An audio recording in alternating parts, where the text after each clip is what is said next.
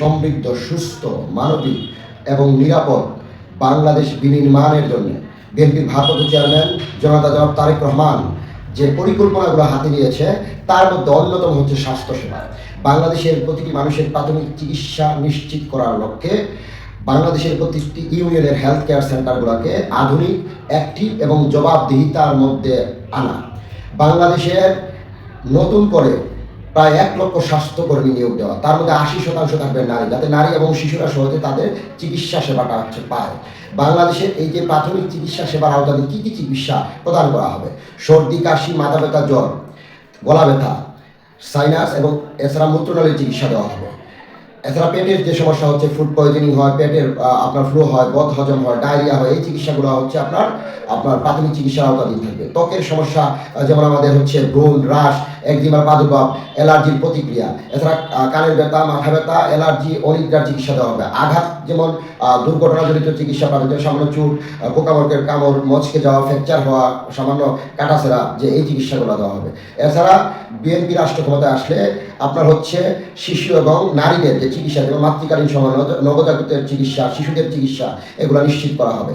এছাড়া হচ্ছে আপনার বিভিন্ন টিকা প্রদান সরকারিভাবে এবং ভ্যাকসিন প্রদান করা হবে টোটাল সরকারিভাবে। এই যে প্রাথমিক চিকিৎসা এবং টিকা, ভ্যাকসিন সহ মাতৃকালীন আপনার হচ্ছে মায়েদের চিকিৎসা, গর্ভাবস্থায়, এছাড়া হচ্ছে নবজাতকের চিকিৎসা, শিশুদের যে চিকিৎসা, এগুলো অধিকারের ভিত্তিতে প্রত্যেক নাগরিকের প্রদান করা হবে এবং প্রত্যেকটি গ্রাম, শহর, নগর, বন্দরের সবাই এই চিকিৎসার আওতাধীন থাকবে এবং এই চিকিৎসার যে সকল মেডিসিন বা ওষুধের প্রয়োজন সেটি সরকার কর্তৃক নাগরিককে প্রদান করা হবে।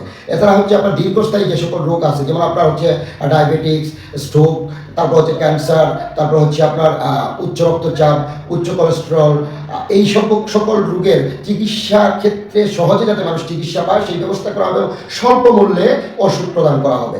এছাড়াও মৃত্যু হতে পারে এমন রোগের চিকিৎসার জন্য প্রাইভেট এবং সরকারি হসপিটালগুলোকে একত্রিত করে আধুনিক আপনার হচ্ছে উন্নত বিশ্বের চিকিৎসার আপনার সরঞ্জাম স্থাপন করে স্বল্প মূল্যে প্রত্যেক নাগরিককে স্বাস্থ্যসেবার আওতায় আনা হবে। তাই আমরা আমাদের বাংলাদেশ বিনির্মাণের জন্য, সুখী, সমৃদ্ধ, স্বাস্থ্যকর, মানবিক, নিরাপদ বাংলাদেশ বিনির্মাণের জন্য আগামী 12ই ফেব্রুয়ারি ধানের শীষ মার্কায় ভোট দিয়ে বিএনপিকে সরকার গঠনে আপনার হচ্ছে সহযোগিতা করব এবং তারেক রহমানের হাতকে শক্তিশালী করবো। তাই আসুন আমরা সবাই 12 তারিখ সারাদিন ধানের শীষে ভোট দিই।